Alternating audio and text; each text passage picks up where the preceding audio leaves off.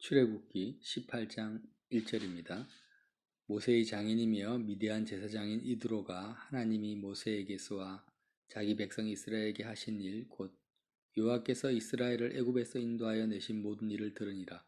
모세의 장인 이드로가 모세가 돌려보냈던 그의 아내 십보라와 그의 두 아들을 데리고 왔으니 그 하나의 이름은 게르솜이라. 이는 모세가 이르기를 내가 이방에서 나그네가 되었다 하며 하나의 이름은 엘리에셀이라.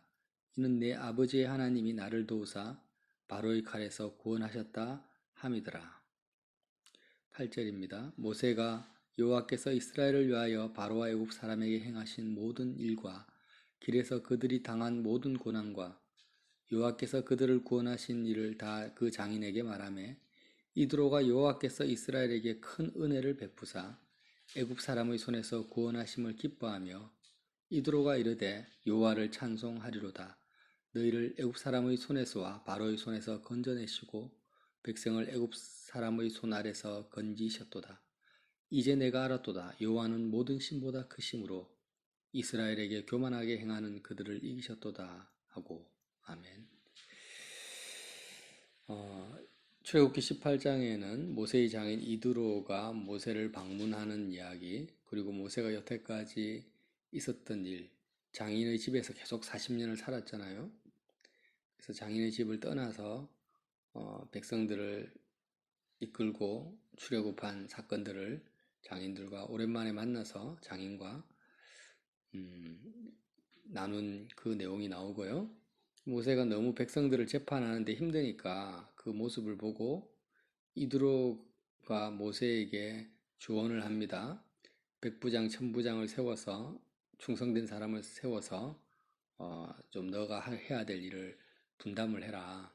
그리고 너는 중요한 일만 해서 그렇게 일을 처리하는 것이 하나님 보시기에도 아름답다. 이렇게 조언을 한 내용들이 이제 18장에 나오죠. 18장의 사건을 다루기 앞서서요. 어제 너무 중요한 내용이었는데 출애굽기 17장에 영적 전쟁의 필승법에 대해서 이야기했잖아요. 아말렉과의 전쟁에서 모세와 여호수아를 통해서 하나님이 메시지를 이스라엘 백성에게 하나님의 강력한 메시지를 전달했는데 너희들이 이렇게 싸워야 된다. 모세는 선민의 내면을 대표하고 여호수아는 삶의 현장에 있는 선민을 대표한다고 했습니다. 그래서 전쟁과 같이 정말 우리의 마음을 다 사로잡아가는 그런 극단적인 상황 속에서도 선민의 내면만큼은 산꼭대기에서 지팡이를 높이 들고 있는 모세와 같이 십자가를 붙들고 있는 상태가 되어야만이 여호와께서 삶의 현장에 내가 접한 삶의 현장에서 여호와께서 대신 싸우신다. 여호와 니시 여호와의 깃발이라고 했잖아요. 그래서 우리가 항상 우리가 사는 것이 아니라 내 안에 그리스도께서 나를 대신해서 사셔야 됩니다. 이게 바로 여호와께서 대신 싸우신다라는 의미죠. 내가 사는 것이 아니라 내 안에 그리스도께서 나를 통해서 사시는 삶이 선민의 삶이다. 라는 것을 이제 말씀하시는 거예요. 예수님이 나를 대신해서 사시려면 내가 살아가는 나의 옛자가 십자가에서 주님과 함께 죽었음을 정말 믿고 고백하는 이 십자가 복음을 붙들어야 된다라는 거죠. 이 영적 전쟁의 필승법입니다. 자, 이런 메시지를 강력한 메시지를 한 다음에 이제 18장에서는 이드로가 찾아오는데 모세가요 계속해서 이스라엘 백성들을 향한 하나님의 그 음성, 하나님의 말씀을 대언하는 통로로 모세가 쓰여 왔습니다. 여태까지. 하나님의 음성을 들으려면 이스라엘 백성은 누구를 통해서 듣습니까? 모세를 통해서 듣잖아요. 그런데 참 신기하게도 모세 개인이 지금 하나님의 음성, 하나님의 말씀을 모세 개인적인 좀 뭐랄까 지극히 개인적인 삶이죠. 모세의 업무, 개인적인 업무를 말하죠. 재판하는 업무입니다. 모세가 자기 자신을 향한 하나님의 말씀을 들어야 되는데 백성들을 향한 하나님의 음성을 듣는 게 아니고요. 자기 삶, 자기의 어떤 행위잖아요. 자기 업무. 자기 업무에 대해서 하나님의 음성을 들어야 되는데 하나님이 누구를 통해서 말씀하시냐면 이두로를 통해서 말씀하셨다라는 거예요. 사람을 통해서 하나님이 직접 나타나셔서 모세야 너 이렇게 처리해야 돼. 그렇게 무리하면 안 돼. 백부장 천부장 세워가지고 그렇게 해야지 하면서 이렇게 말씀하실 수도 있는데 그렇게 하지 아니하시고 또 제3자인 이두로를 통해서 말씀하셨다라는데 참 우리가 주목해야 됩니다. 예를 들면 예언의 은사를 내가 받았다. 그러면 예언의 은사는 뭡니까? 교회의 덕을 세우는 것입니다. 다른 형제들이 어떻게 행하는 것이 하나님이 기뻐하시는 말씀을 근거해서 기뻐하는지를 이렇게 조언해 주는 거죠. 또 은사적으로 성령의 음성을 대언할 수도 있습니다. 근데 정작 예언의 은사는 형제를 위한 거지 나 자신을 위한 게 아니기 때문에 정작 내가 하나님 지금 어느 학교를 가야 됩니까? 어느 직장을 가야 됩니까? 누구와 결혼해야 됩니까?를 물어봤자 하나님은 거의 대답하지 않습니다. 예언의 은사를 통해서는 말씀하지 않아요. 내가 또 다른 예언의 은사가 있는 사람에게 물어보든지 말씀이 있는 사람한테 물어보는 것이 오히려 더 지혜롭다라는 거예요. 실제로 그렇거든요. 은사의 세계 자체가.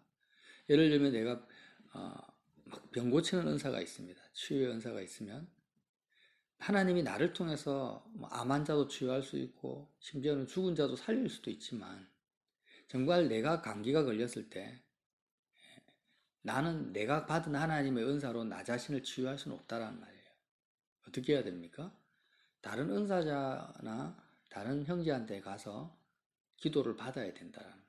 그런 원리로 은사의 세계가 이런 원리로 돌아가듯이 은사의 세계뿐만이 아니라 하나님의 말씀을 우리가 듣는 데 있어서 하나님이 어떻게 역사하시냐면 이스라엘 백성들의 그 입장에서는 모세를 그렇게도 절대적인 통로로 삼아왔지만 정작 모세 자신이 어떻게 하나님 앞에서 행해야 될지 업무를 처리해야 될지에 대해서는 하나님이 누구를 통해서 말씀하십니까?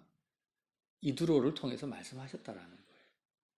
여기에서 우리는 교회의 원리, 그리스도의 몸된 교회의 지체의 원리를 알 수가 있다는 것입니다. 내가 아무리 영성이 있고 말씀을 잘 알고 있고 해도 나는 누가 필요합니까? 몸된 교회의 지체가 필요하다라는 거예요. 근데 지체된 조건이 있다라는 것입니다. 누가 내 지체냐, 내 형제냐. 오늘 이두로를 통해서 알 수 있죠. 교회만 출석하고 있고 목사라는 타이틀만 가지고 있으면 내가 모든 조언을 다 받아들여야 되냐? 그건 아니라는 거예요. 오늘 말씀을 보니까 이두로가 뭘 알았습니까? 자, 이두로라는 인물을 한번 생각해 보십시다. 모세가 애굽에서 왕자로 있다가 살인죄를 짓고 광야로 쫓겨났습니다. 도망왔습니다. 그때 이두로 장인의 집에서 이두로의 딸과 결혼을 하고 모세의 인생의 절반 40년이 광야에서 가장 하나님이 낮추신 시기였잖아요. 모세를 낮추신 그 시기에 이두로가 다 모세의 40년을 지켜보고 있었다라는 거예요. 그래서 모세가 광야에서 아들을 낳았는데 게르솜이라는 아들을 낳았고 또 엘리에셀이라는 아들을 낳았어요. 근데 엘리에셀은 나중에 낳은 것 같아요. 그래서 이제 둘째죠. 어쨌든 게르솜과 엘리에셀이라는 아들의 이름은요 모세가 지었는데 아들의 이름을 지을 때 요셉도 마찬가지지만 자신의 신앙 고백입니다. 자신의 신앙 고백을 아들의 이름 속에 거의 이제 집어넣거든요. 히브리 민족들은. 근데 게르솜이라는 이름 뜻이 뭐냐면 내가 이방에서 나그네가 되었다라는 뜻이에요. 엘리에셀은 내 아버지의 하나님이 나를 도우사 바로의 칼에서 구원하셨다는 뜻입니다. 그러니까 모세의 신앙 고백이 뭐냐면 게르솜과 엘리에셀이라는 거예요. 이 모세의 신앙 고백이 되는 게르솜과 엘리에셀을 보호하고 지키고 같이 키운 사람이 누구냐면 이두로라는 것입니다. 게르솜은 모세가 뭐라고 합니까? 나는 이 이방에서 나그네가 되었다. 나그네 인생이라고 고백해요. 그러니까 이 모세의 신앙 고백과 동일한 신앙 고백을 하는 사람이 누구예요? 이두로인데 지체입니다. 교회의 지체라는 거예요. 그래서 성도라면은 누구든지 게르솜이 있어야 됩니다. 모세의 아들이 게르솜인 것처럼 철저하게 이 세상에서는 나그네 인생길을 가야 된다는 거예요. 내가 나그네 인생길을 걷지 않는 사람, 세상에 대해서 나그네가 되지 않는 사람은 예수 그리스도의 몸된 교회의 지체라고 생각해서는 안 됩니다. 예를 들면 교회 조직을 통해서 뭐 어떤 자신의 이 땅에서의 어떤 성취나 비전을 가지고 열심히 달려간다. 그런 사람의 조언을 들어서는 안 된다라는 거예요. 정말 십자가 복음을 통해서 나는 세상에 대해서 날마다 죽노라는 고백, 바울의 고백이죠. 그렇게 온전히 살지 못한다 할지라도 내가 매 순간 가족에 대해서 나그네가 되고 눈에 보이는 모든 것, 직장에 대해서 나그네가 되고 심지어는 예배당 조직에 대해서도 나그네가 돼야 되는 것입니다. 이 세상에 대해서는 나그네가 된다라는 거예요. 히브리서에 나온 것처럼 믿음의 조상들은 다 하나 같은 공동점이 뭡니까? 자신이 이 땅에서 나그네임을 증명하였다. 이렇게 기록하고 있죠. 그래서 정말 한 사람 한 사람을 볼 때 그리스도를 따라가서 세상에 대해서 온전한 나그네 인생길을 걷고 있는 자, 그가 바로 어떤 사람입니까? 그를 통해서 내가 하나님의 음성을 들을 수 있는 사람이라는 거예요. 어떤 신비한 은사를 말하는 것이 아닙니다. 그리고 엘리에셀입니다. 엘리에셀은 내 아버지의 하나님이 나를 도우사 바로의 칼에서 구원하셨다. 신약적으로 말하면 부활하신 예수님이 막달라 마리아에게 나타나신 것처럼 내 아버지, 너희 아버지, 내 하나님, 너희 하나님에게로 올라간다 하라. 내 형제들에게 말하라. 이렇게 하신 것처럼 예수 그리스도의 아버지가 나의 아버지가 되고 예수 그리스도의 하나님이 나의 하나님이 되셔서 정말 내가 세상에 대해서 세상으로부터 구원받은 자의 신앙을 가진 사람이 누굽니까? 내 지체요 교회의 몸이라는 거예요. 예수 그리스도의 몸입니다. 그러니까 이 두 가지 믿음이 같이 조인이 돼야 되는데, 연합돼야 되는데, 정말 예수님의 하나님이 내 하나님이고 예수님의 아버지가 내 아버지며 예수 그리스도의 예수님이 내 형제다라고 부를 수 있는 사람은 어떤 사람입니까? 막달라 마리아에게 말하는 것처럼 예수님의 제자들인데 바로 예수 그리스도의 죽음에 온전히 연합된 사람, 곧 세상에 대해서 완전한 나그네의 인생길을 가는 사람들이죠. 예수님이 나그네 인생길을 사셨으니까 그 사람이 예수님의 그 구원의 주님이 정말 구원받은 사람이라는 거예요. 나그네에 초점을 맞춰야 됩니다. 그래서 이스라엘 백성들은요, 왜 이스라엘 백성이 250만 명이나 됐는데 하나님이 그 선민들을 통해서 모세에게 말씀하지 않습니까? 이두로와 같은 신앙 고백을 하지 않는 거예요. 이두로는 이방인입니다. 혈육으로는 이방인이죠. 그런데 하나님이 이방인 이두로를 통해서 모세에게 말씀하시는 거죠. 그래서 우리는 이 사실에 주목한다. 이 18장이라 출애굽기 18장이 우리에게 주는 정말 큰 교훈인데요. 계속해서 하나님은 다른 사람을 통해서 말씀하셨는데 모세만을 통해서 계속 말씀하셨어요. 근데 18장에 와서 드디어 모세가 아닌 다른 사람이 등장하는 거예요. 하나님의 음성을 통로가 되는 사람. 그 사람이 이두로인데 바로 모세의 두 아들을 품고 모세에게 온 사람이라는 거예요. 다른 말로 하면 모세의 신앙 고백을 자기의 신앙 고백으로 품고 살아온 이방인이라는 것입니다. 그래서 모세가 가장 필요한 조언을 하는 거죠. 이두로의 그 충고와 조언이 없었으면 모세는 아마 빨리 죽을 수도 있었죠. 과로사로 죽어버릴 수 있었습니다. 근데 이두로가 이렇게 조언했을 때 또 모세 역시 겸손하게 이두로 장인의 그 말을 하나님의 음성으로 듣고 그대로 이스라엘 민족의 전체적인 조직이 완전히 개편되잖아요. 이 구조조정이 돼버립니다. 우리가 기업체에도 구조조정하려면은 이사회 결의가 되지 않으면 엄청난 변화잖아요. 그런데 이방인 이두로를 통해서 이스라엘 전체에 조직이 완전히 개편되어 버리는 거예요. 그만큼 강력하게 하나님의 음성의 통로로 하나님이 쓰신 것입니다. 우리 각자가 이런 사람이 되어야 된다는 거죠.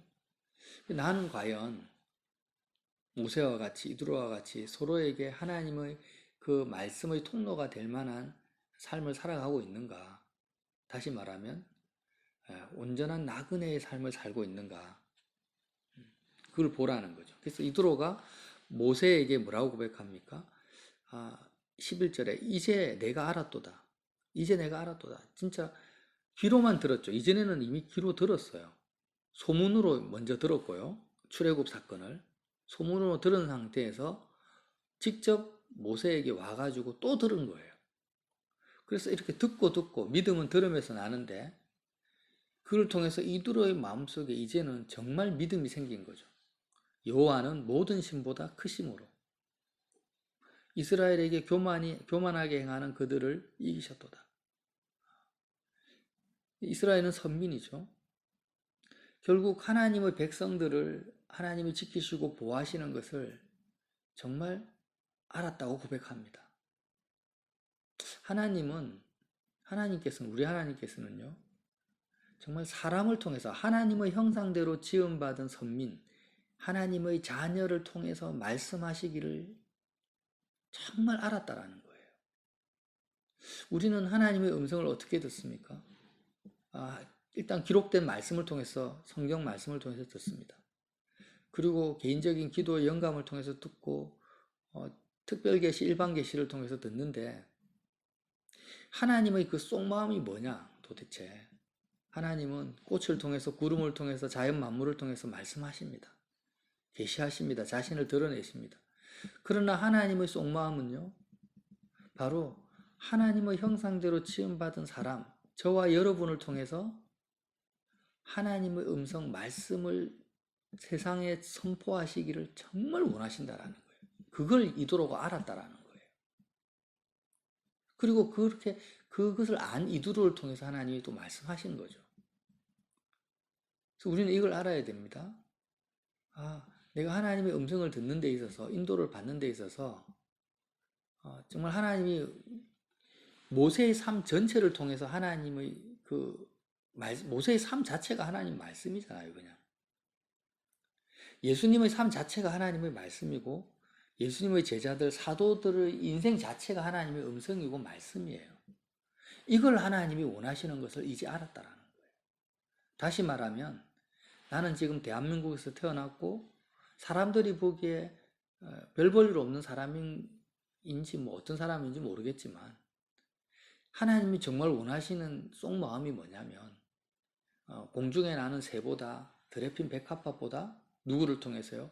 내 인생 자체를 통해서 나라는 존재, 이 비천하고 바로의 칼에 죽을 수밖에 없는 이런 나라는 인생을 통해서 하나님이 나를 하나님의 말씀 자체로 삼으시기를 원하시는 것을 알았다라는 거예요. 놀라운 사건이고 복음이죠. 또 다른 복음입니다.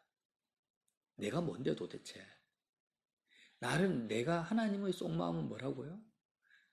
나라는 인생 자체가 하나님의 말씀이 되길 원하는 것을 알았다라는 거예요. 이도로가. 그리고 담대하게 모세에게 조언을 하는 겁니다. 하나님의 뜻은 이거다. 우리가 이런 이도로와 같은 믿음과 확신을 가져야 됩니다. 나를 왜 구원하셨는가? 그냥 단지 세상에서 구원해서 천국으로 지금 죽어서 가는 천국으로 데리고 가시려고만 구원하셨네. 그게 아니죠. 그럼 빨리 데려가셔야죠, 그냥. 지금 당장 죽어버려야지. 근데 왜 지금 이 땅에 나를 살려두고 계신가? 천국에서도 영원한 하나님의 말씀으로 빛나게 하시려고 하는 거예요. 각자 한 사람 한 사람이 모세와 같은 예수 그리스도와 같은 그 사람 인생 자체가 하나님의 말씀이요, 하나님의 음성이요, 하나님의 통로로서 영원히 빛나게 하시려고 생명책에 기록을 하셨기 때문에 책에 기록되는 이름입니다, 우리가. 그래서 한 사람 한 사람이 또 다른 제2의 복음이 되는 거죠. 예수 그리스도와 연합된. 그걸 알았다라는 거예요, 이드로가. 그래서 우리는 이런 복음의 원리, 하나님의 뜻을 알게 되면 그때부터는 정말 복음의 길을 걸어가고 있는 지체들의 말을 어떻게 듣습니까? 하나님의 음성으로도 들을 수 있어야 된다라는 거예요. 독불 장군이 될 수가 없다라는 거예요. 아, 내가 복음을 깨달았고 이 길을 걸어왔으니까 다 내 말을 들으라. 이런 식으로는 살 수가 없습니다. 하나님의 속마음을 알게 되면.